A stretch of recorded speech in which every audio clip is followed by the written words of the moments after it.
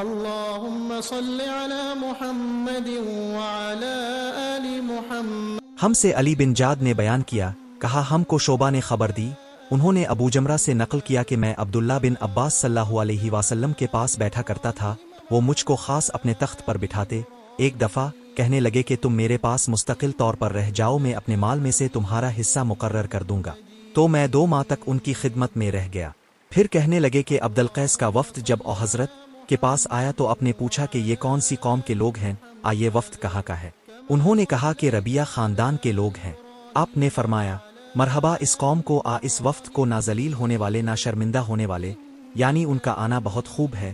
وہ کہنے لگے، اے اللہ کے رسول، ہم آپ کی خدمت میں صرف ان حرمت والے مہینوں میں آ سکتے ہیں، کیونکہ ہمارے اور اب کے درمیان مضر کے کافروں کا قبیلہ آباد ہے۔ بس اب ہم کو ایک ایسی قطعی بات بتلا دیجئے جس کی خبر ہم اپنے پچھلے لوگوں کو بھی کر دیں جو یہاں نہیں آئے، اور اس پر عمل درآمد کر کے ہم جنت میں داخل ہو جائیں۔ اور انہوں نے اب سے اپنے برتنوں کے بارے میں بھی پوچھا۔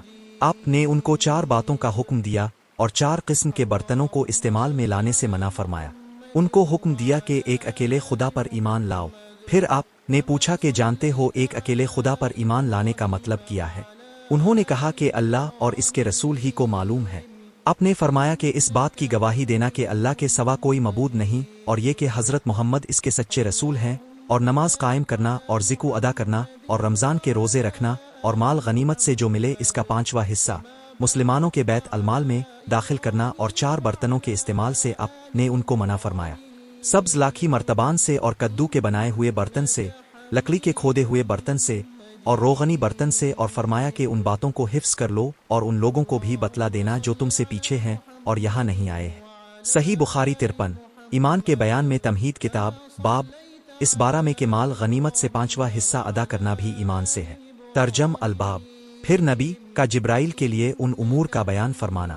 پھر آپ نے فرمایا، حضرت جبرائیل علیہ السلام تمہیں تمہارا دین سکھانے کے لیے آئے تھے۔ اس مقام پر اپنے ان تمام چیزوں کو دین شمار فرمایا ہے، نیز ان باتوں کے بیان میں جو رسول اللہ صلی اللہ علیہ وسلم نے وفد عبدالقیس کے سامنے بیان فرمائی تھیں، اور ارشاد باری تعالیٰ، جو اسلام کے علاوہ کوئی دوسرا دین اختیار کرے گا وہ اس سے ہرگز قبول نہیں کیا جائے گا۔